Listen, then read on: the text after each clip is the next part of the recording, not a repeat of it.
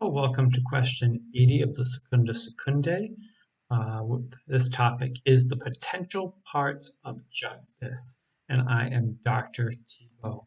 The potential parts of justice is a section under the virtue of justice, the longest section, one of the longest sections within the Summa, and it is they deal with virtues which are annexed to the principal virtue. So that's what potential parts are virtues which are annexed to the principal virtue. And why are they annexed to that principal virtue? Is because St. Thomas says if it has something in common with the principal virtue, then it could be annexed. But it also requires that it in some ways falls short of the perfection of the virtue. If it didn't fall short of the perfection of the virtue, it could just be a plain old part of justice.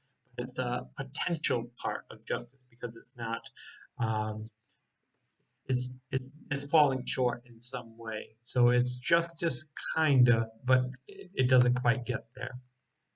Well, I think it makes sense when we look at potential parts of justice, when we look at it in the context of the other elements of justice. If we look at parts of justice, if we go back to the beginning theories, we have a question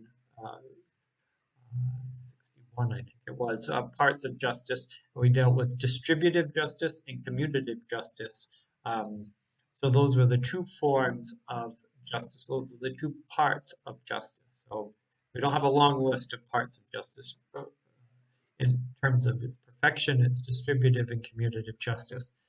We also looked at in the last question, question 79, the quasi-integral parts of justice, which was to do good and to avoid evil.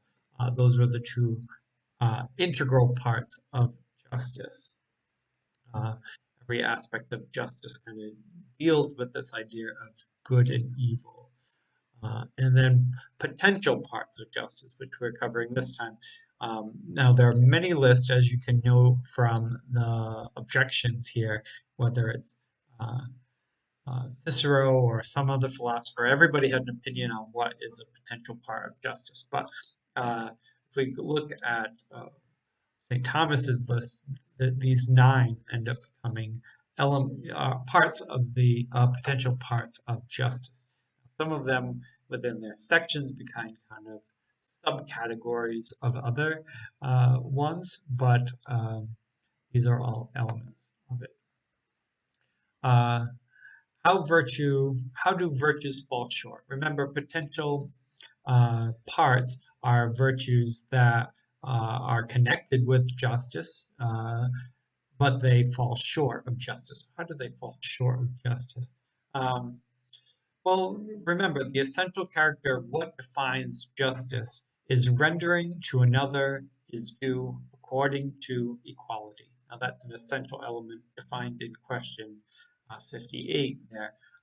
So it is rendering to another what is due according to equality. So according to aspect of equality is important, and the aspect of what is due is important. How is this potential? Well, in a general sense, how do you give God what is God's due? You can't. So you can attempt to give God what is due, but you can't. So therefore, it might be a lack of equality. God has given us life and existence and the potential of eternity. What could we possibly give God in return that would be equal to what God has given us? Nothing. Therefore, it's not true justice in what we give God. This is true both of God, right, and the attempt to give God God's due, what we call religion, that is giving God proper justice. God has given us so much. What do we give back to God? Well, the attempt to give back to God God's due is religion. Very contrary to what probably pop culture thinks of religion today. We think of religion often as stuffy and institutional and things like this, where the real heart of what religion is giving to God what is God's due. To say, I believe in God, that's very nice, but that's not the beginning, the middle, or the end of what is due to God. Is certainly the equality to say, I believe God exists. Well, very nice. That's nice. But because God exists, how should you now live your life? How should you behave? What should you now give back to God as a consequence of believing that God exists? This is religion. And we'll go into this more in great depth in future questions. How about to our parents? Uh, God, your parents have, after God, given you life, right? God has given you life. That's the primary principle. But secondary principle are your parents. If it weren't for your parents, you wouldn't be alive. So if your parents gave you life, what could you possibly give your parents in return? How could you pay them back? You can't. You can't. But to attempt to give back to your parents for the gift of life and for raising you, we call it piety. Faithfulness to our parents, to honor our parents, as the Ten Commandments state. How about a person of great honor? How do we, um, we give equality? How do we give one's due to somebody like the Blessed Virgin Mary or Mother Teresa, Saint Joseph? Um, well, there's nothing we could give to them that would properly honor them for their virtue, right? I could say, uh, yes, ma'am, yes, sir, yes, your holiness, right? You can say certain words, but it's not true, it's not perfect equality to the dignity of their person. But in our attempt at showing honor to honorable people, it would be observance, to show honor to those who deserve honor. These all play into this uh, element of being humane, right? This is why do we try to give God's due? Why do we try to give our parents their due respect, or a person of honor their due respect? Well, all human beings, we our feelings, our ability to be humane is the feeling of love and pity towards others. Right? It's this sense of uh, sentimentality to it. And humans uphold one another, right? Um, we uphold each other and aim at giving one's due. All right, this is one of the hearts of the moral life. Um, when we fall short of one's due, uh, there's different, you fall short in different ways, but you're aiming again at that giving one's due. There's legal dues. One is bound to render by reason of legal obligation. Now, this is what a lot of what we dealt with justice so far has dealt with is legal dues.